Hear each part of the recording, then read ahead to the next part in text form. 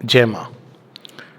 So, I've been asked to speak on health and healing. Uh, Actually, this topic has been covered in number of ways several times, but still, each time we can approach it in a new way with a new dimension. So, first and foremost, I think we need to remember that healing is not a one-time process. Healing या रोग जिसको हम कहते हैं, रोग वास्तव में हमको ये बताता है कि हमारे यहाँ हमारे शरीर के घर में कोई हिस्सा है जो वल्नरेबल है. जैसे फॉर एग्ज़ाम्पल अगर हम घर में रहते हैं और दीमक लग जाती है किसी पार्ट में, या कोई हिस्सा खुला रहता है, छेद खुला रहता है जिससे कीड़े वगैरह आते हैं, तो केवल इतना काफ़ी नहीं रहता है कि हम उस पार्ट को ट्रीट करें. हमको देखना पड़ता है, कभी कभी पूरी कॉलोनी को ट्रीट करना पड़ता है. दीमक लग जाती है तो you have to treat the whole colony, क्योंकि कहीं ना कहीं उसका जो रूट है वो वहाँ पर बैठा हुआ है. तो उसी प्रकार से जब इलनेस होती है, ठीक वैसे जैसे हमारे जीवन में कोई डिफ़िकल्टी आती है, तो ये मौका होता है देखने का कि हमारे अंदर कौन सी चीज़ें जो वल्नरेबल है, कौन सी चीज़ें जो खुली हुई है बीमारी के प्रति, कौन सा भाग है जो दीमक की तरह, दीमक लगने की तरह बार बार अट्रैक्ट करता है इस तरह की चीज़ों को, कौन सा भाग है जिसके थ्रू वो कीड़े जो नीचे से आते हैं वो आ रहे हैं, कौन सा भाग है जिसके कारण हमारी इम्यूनिटी सफ़र कर रही है. तो ये सारी चीज़ें एक चिंतन का और चर्चा का विषय होनी चाहिए. इसके विस्तार में मैं नहीं जा रहा हूँ, क्योंकि प्रत्येक चीज़ अपने आप में एक पूरा संसार है. किंतु ये आवश्यक है कि हम टोटलिटी में देखें किसी भी फिनोमेना ऑफ इलनेस को.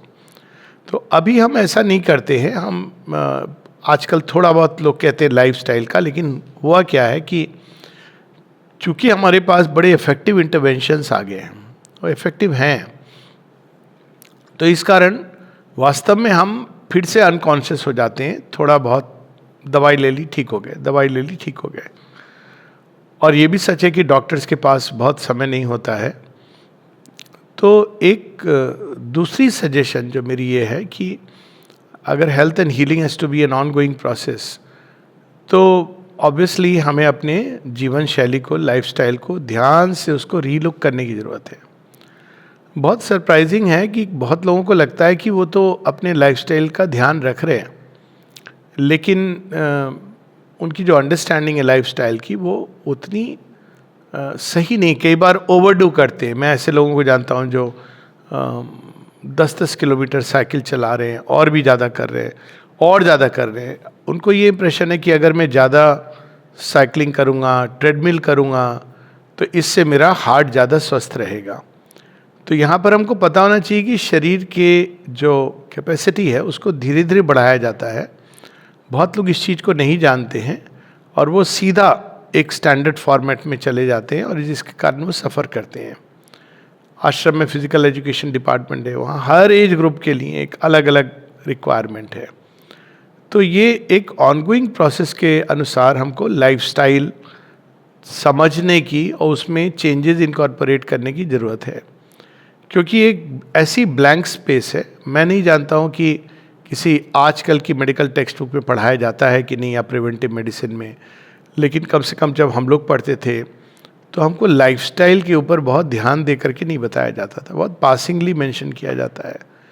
पर भारत में इसका एक पूरा ज्ञान है, पूरा विज्ञान है. भोजन का फॉर इंस्टेंस, जो एक जगह फॉर इंस्टेंस भोजन की बात ले लें अगर हम लोग, तो अगर आप वेस्टर्न कंटेक्स्ट में जाएंगे जिनसे हमारी मेडिसिन टेक्स्ट बुक वगैरह बनी हुई हैं, तो अधिकांश हम क्या सुनते हैं उसके बारे में? Calories, protein, carbohydrates, fats, minerals, vitamins, calories. यही, that's the end of the story. लेकिन माँ हमको बताती हैं कि, और ये हमारी एंशिएंट साइंस में है, कि भोजन केवल वह नहीं है जो हम मुंह से खा रहे, भोजन वह भी है जो हम लोग अपनी इंद्रियों के माध्यम से ले रहे हैं, और भोजन वो भी है जो हम अपने सूक्ष्म एलिमेंट्स हैं जिनके थ्रू हम ले रहे हैं. तो माँ कहती हैं बड़ी इंटरेस्टिंगली कि a lot depends not just on what you eat, but on the occult atmosphere in which the food is cooked and you are eating. तो अब ये देखिए फ़र्क पता चलता है, सिंपल सी बात है यहाँ जो आश्रम में आते हैं कि आप डाइनिंग रूम में वही खाना खाते हैं, वही भोजन आप घर में ला के खाते हैं. अब कन्वीनियंस के लिए लोग करते हैं, गर्म भी करते हैं, सब्जी बनाते हैं, वो एक अलग बात है, वो टेस्ट की बात है.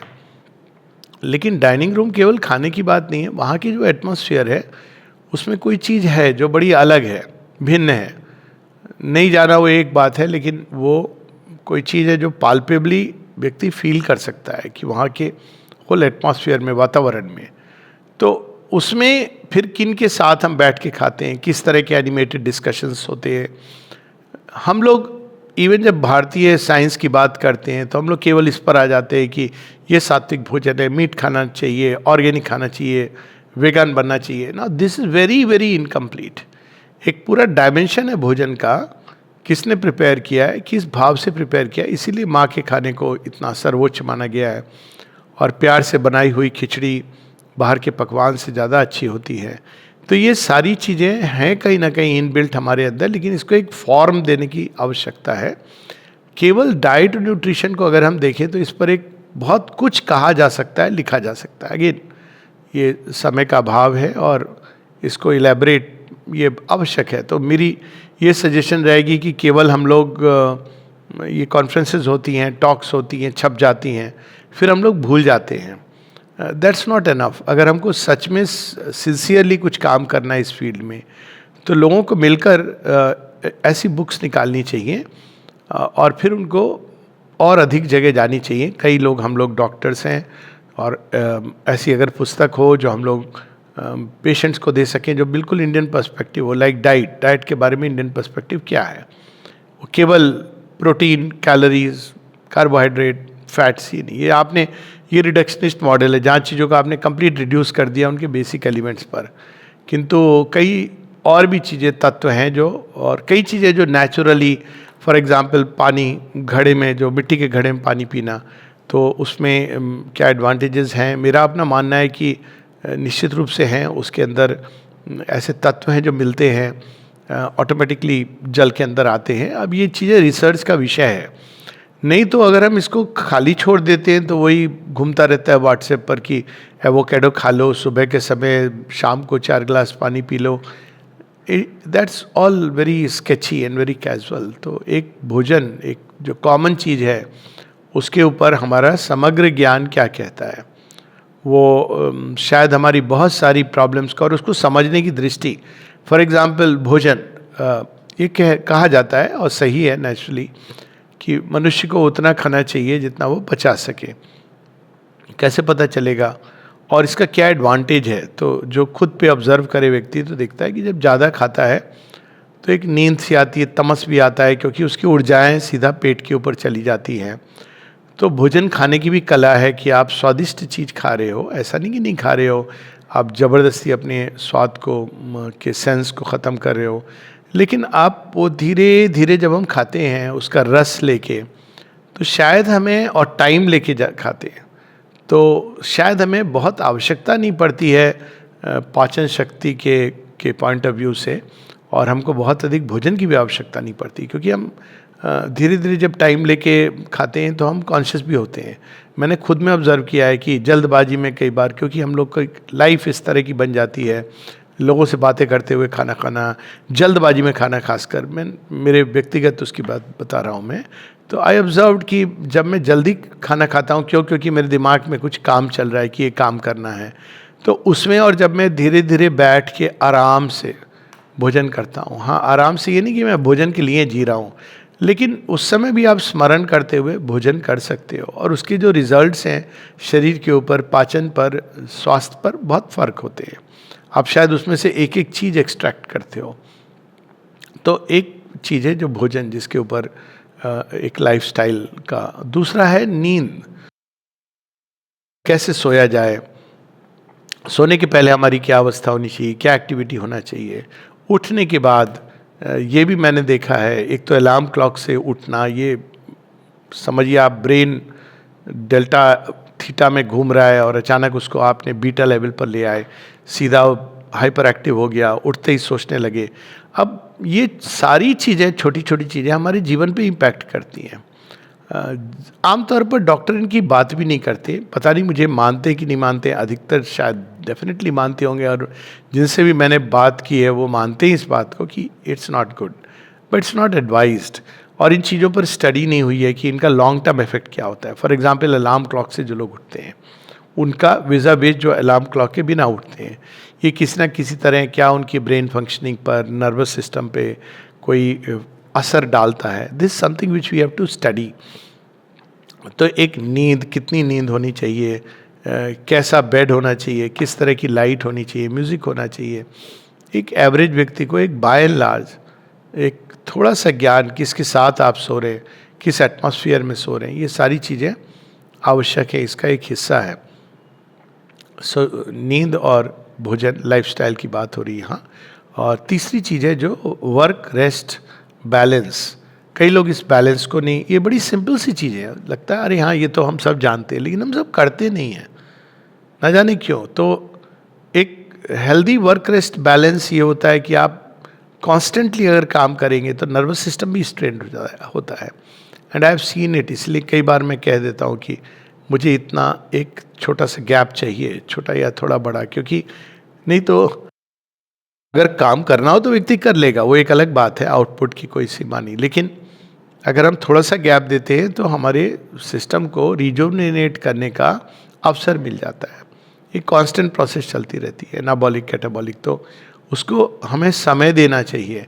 एक बहुत पुरानी एक वृत्ति थी, भारतवर्ष में तो थी, और आश्रम में ये है, पर वो दूसरे कारण से।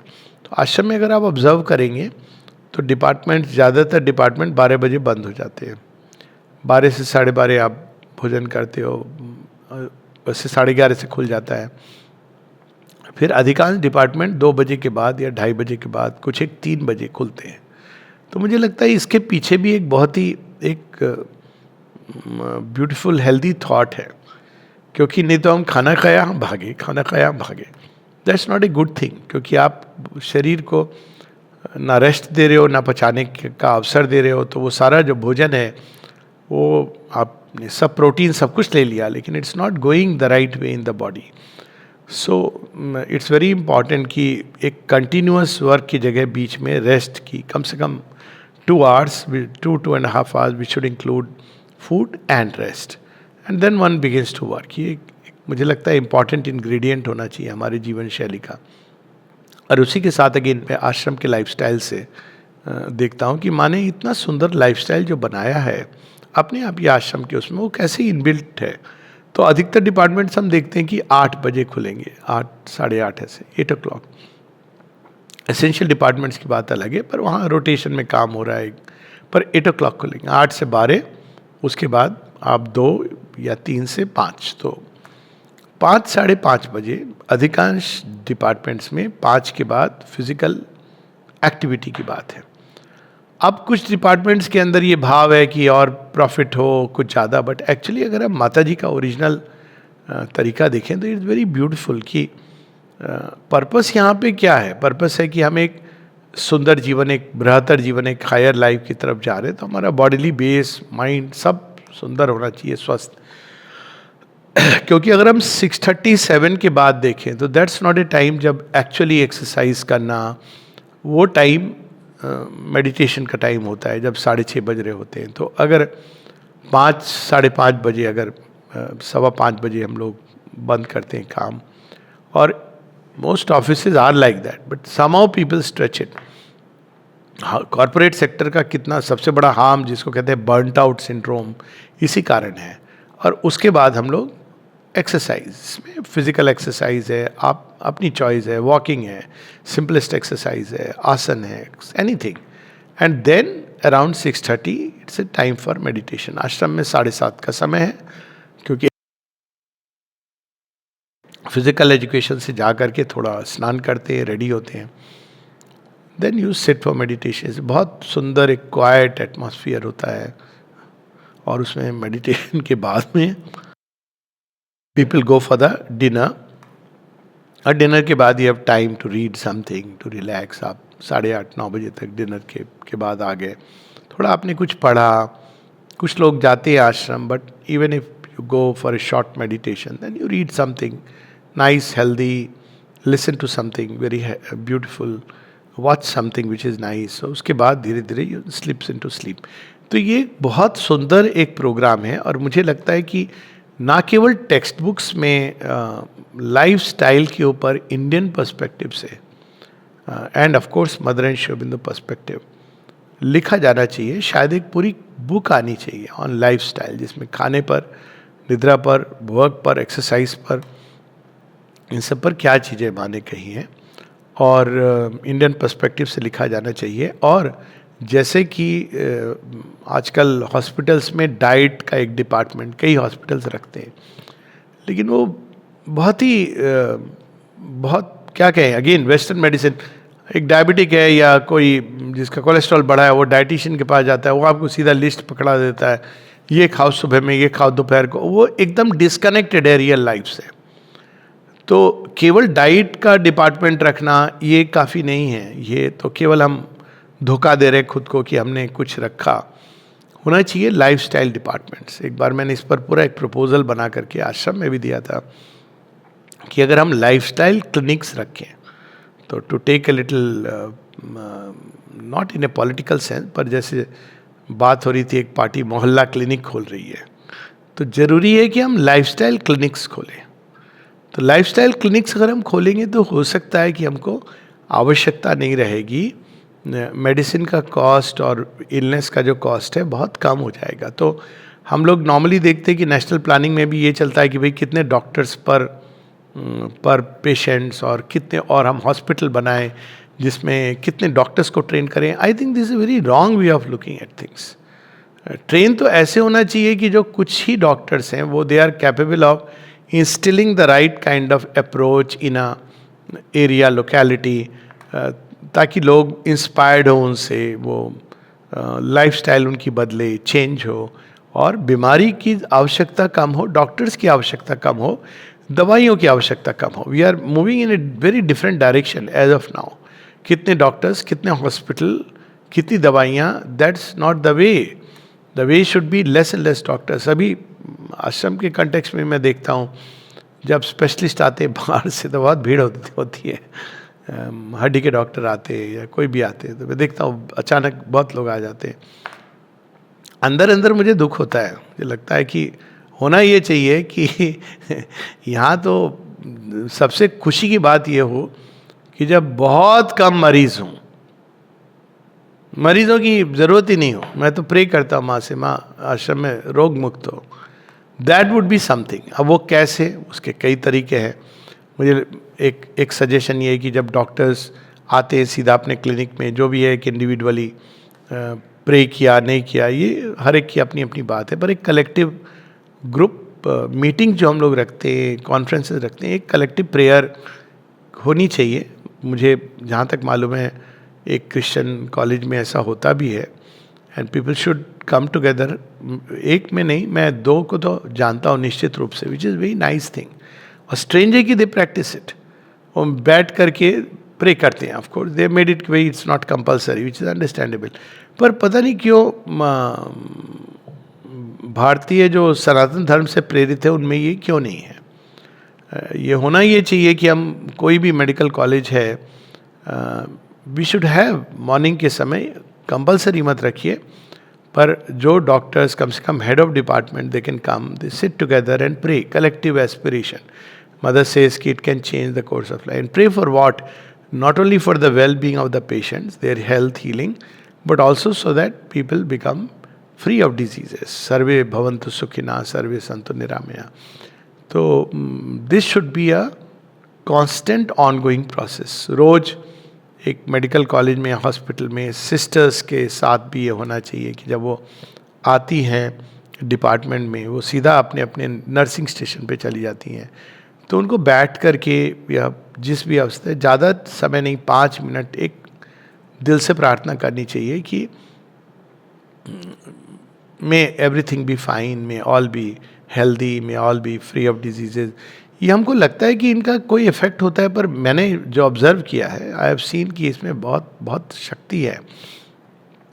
अब इसको स्टडी करना वो एक अलग बात है, बट मैंने ये देखा है कि अगर कुछ पेशेंट्स हैं आपके अंडर, मान लीजिए आप कोई यूनिट देख रहे हैं जिसको हॉस्पिटल की, जिसमें 20 है, 30 है, 40 पेशेंट आपके अंडर है, तो एक है कि हम सबसे बात करके दवाइयाँ, और बड़ा मज़ा आता है उसमें डॉक्टर को टिपिकली कि वो बहुत बड़ा काम कर रहा है, डायग्नोस कर रहा है, सिस्टर चल रही हैं और पूरा दिमाग को लगा रहे हैं।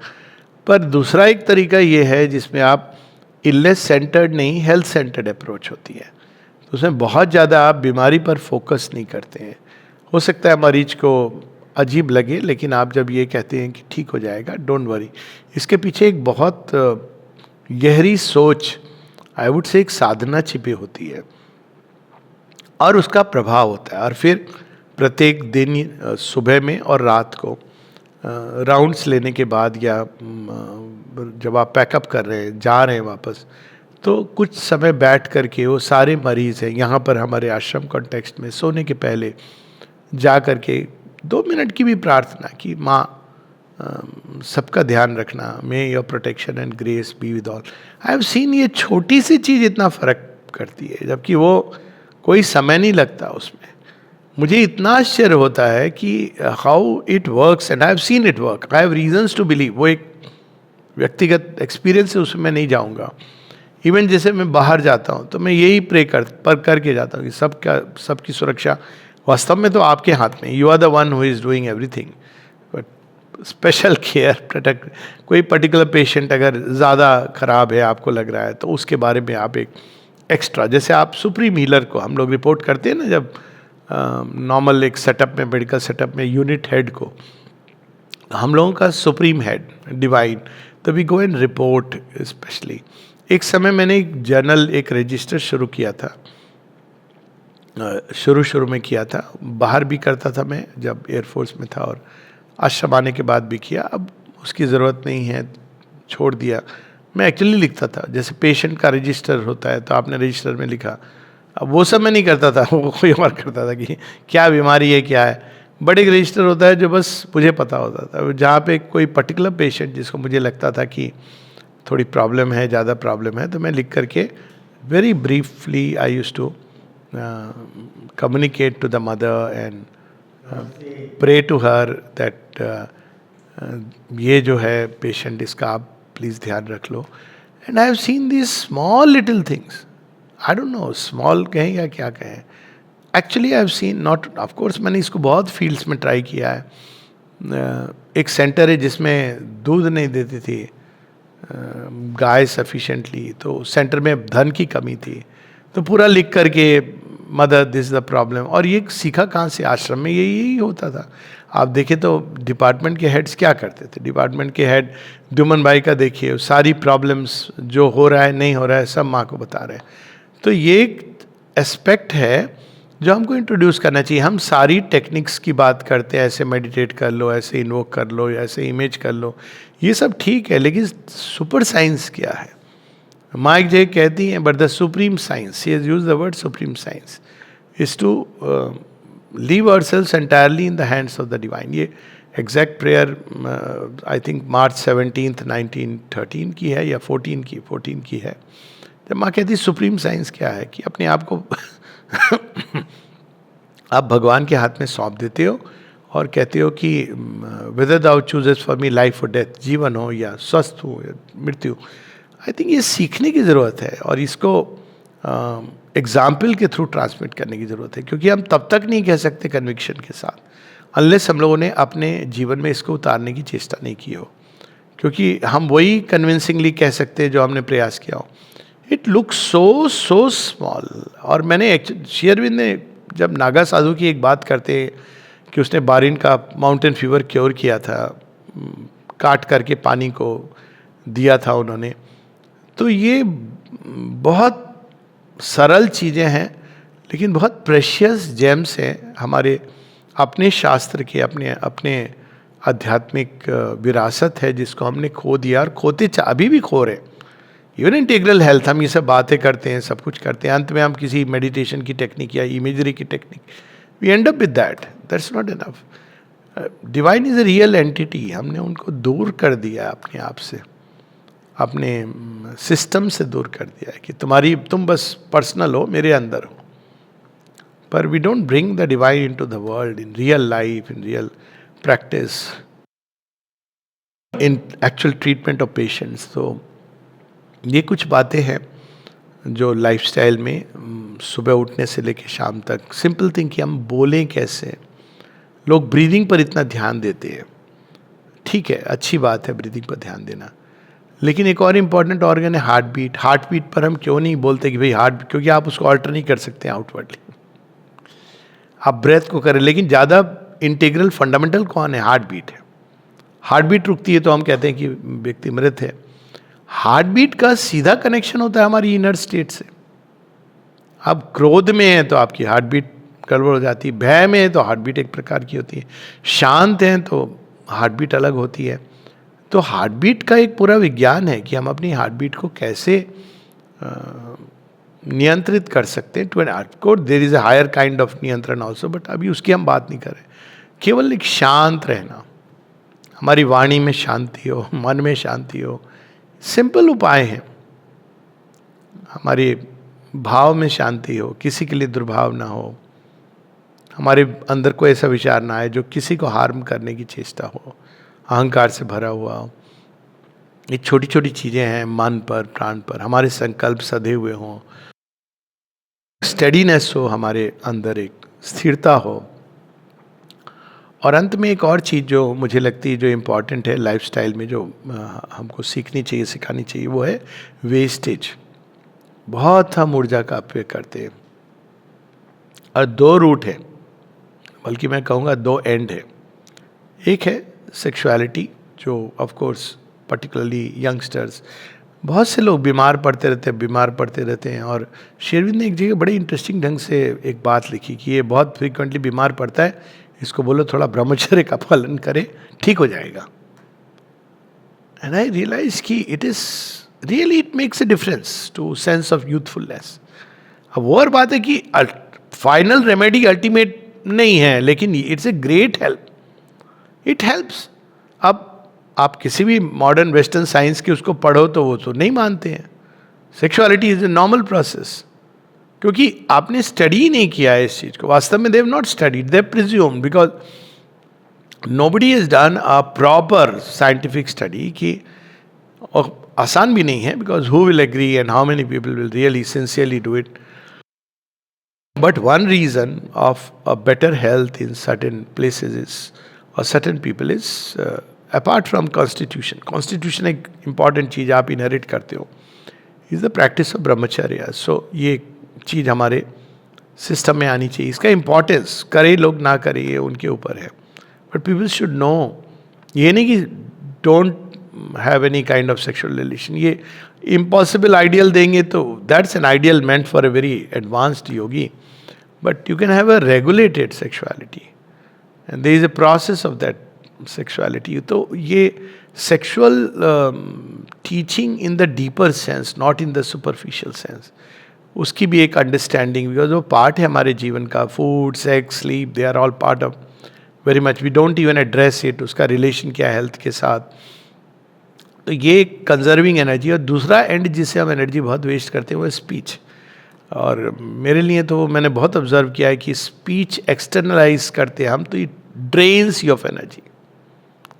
अब for me and I am sure for many others it's mother's work. So अब you have to find a balance. She takes care of it, but sometimes it actually drains, क्योंकि आपकी सारी ऊर्जा बाहर की तरफ जा रही है. आप स्टार्ट कर रहे हो, अंदर में कनेक्टेड भी हो, सब हो, लेकिन फिर भी आपकी जो एनर्जी है वो बाहर जा रही है, एक्सटर्नलाइज. क्योंकि वो ये जो हमारा थ्रोट है वो एक्सटर्नलाइजिंग कॉन्शियसनेस है. It's the vital which is externalising itself. मरुत्स है. तो अब माँ के काम के लिए पेशेंट पॉइंट ऑफ व्यू से एक डॉक्टर को जो भी कहना है वो तो ही हैज टू डू. बट बाकी समय बहुत सारे जो चिट चैट होते हैं, हा ही ठट्टा, उसमें तो हम रिड्यूस कर सकते हैं. Minimized, we can stop it actually. Animated discussions, enjoy it. If you feel something interesting is going on, you can take a little joy in it humorously, पर उसमें एक्टिवली एंगेज करना is a big drain to speech. And finally जो दीमक की बात हो रही थी, कि दीमक एक घर में लगता है, लेकिन उसका जो दीमकी है, जो उसकी क्वीन, वो कहीं और रहती है. तो बहुत बार हम किस तरह की कंपनी में हैं, इसका बहुत बड़ा फर्क पड़ता है. हम किन लोगों के साथ उठते बैठते हैं. ऐसे लोग हैं जो हमारी ऊर्जा का क्षय करते हैं, ऐसे लोग हैं जो वर्धन करते हैं हमारे. अब आप नेबरहुड, ये नहीं कहा जा रहा है कि आप बदल सकते हो, you can't change them, but you can definitely apply kind of protection, inner protection. क्योंकि आप जहाँ रहते हो, जिस परिवेश में रहते हो, उसका असर होता है कलेक्टिव का, एटमॉस्फेयर का. किन लोगों के साथ उठना बैठना है. इसीलिए places like marriage parties and all, they are not healthy places. Even market places, इसलिए नहीं कि वहाँ जाने से आपको बीमार होकर लौटोगे, ऐसा नहीं है. अब देखिए, बड़ी इंटरेस्टिंग है, अभी मैंने इस पर टॉक भी दी है. संगम में गया, अभी करोड़ों करोड़ लोग आ रहे हैं. आपने सुना कोरोना आउटब्रेक का? मुझे 2-3 लोग दिखे मास्क पहने हुए. Nobody was wearing mask all through. अब ये क्यों है? क्योंकि वो ऊर्जा अलग है. दैट्स ए डिफरेंट ऊर्जा ऑल टुगेदर. भय नहीं है, श्रद्धा है. वहां तो ये भाव से आप जा रहे हो कि आपका जो बीमारी है वो भी खत्म हो जाएगी.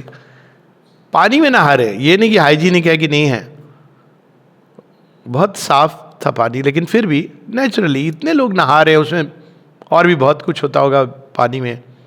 मैंने तो उस पानी को पिया भी, नहाया नहीं बल्कि छींटा मार के पिया भी. क्यों पिया? मैंने कहा अमृत तो पिया जाता है, सिर पर थोड़ी डाला है. और मैंने पी के बड़े कॉन्शियसली कि let me see does it affect me in any way. It doesn't affect you. I am not saying उसमें अमृत है कि नहीं, लेकिन पॉइंट है कि हमारी इनर स्टेट और जो कलेक्टिव का एटमॉस्फेयर है, वहाँ इतनी भीड़ है. लेकिन अब तक तो जहाँ तक मैं जानता हूँ, कोई कोरोना का केस या आउटब्रेक नहीं हुआ है.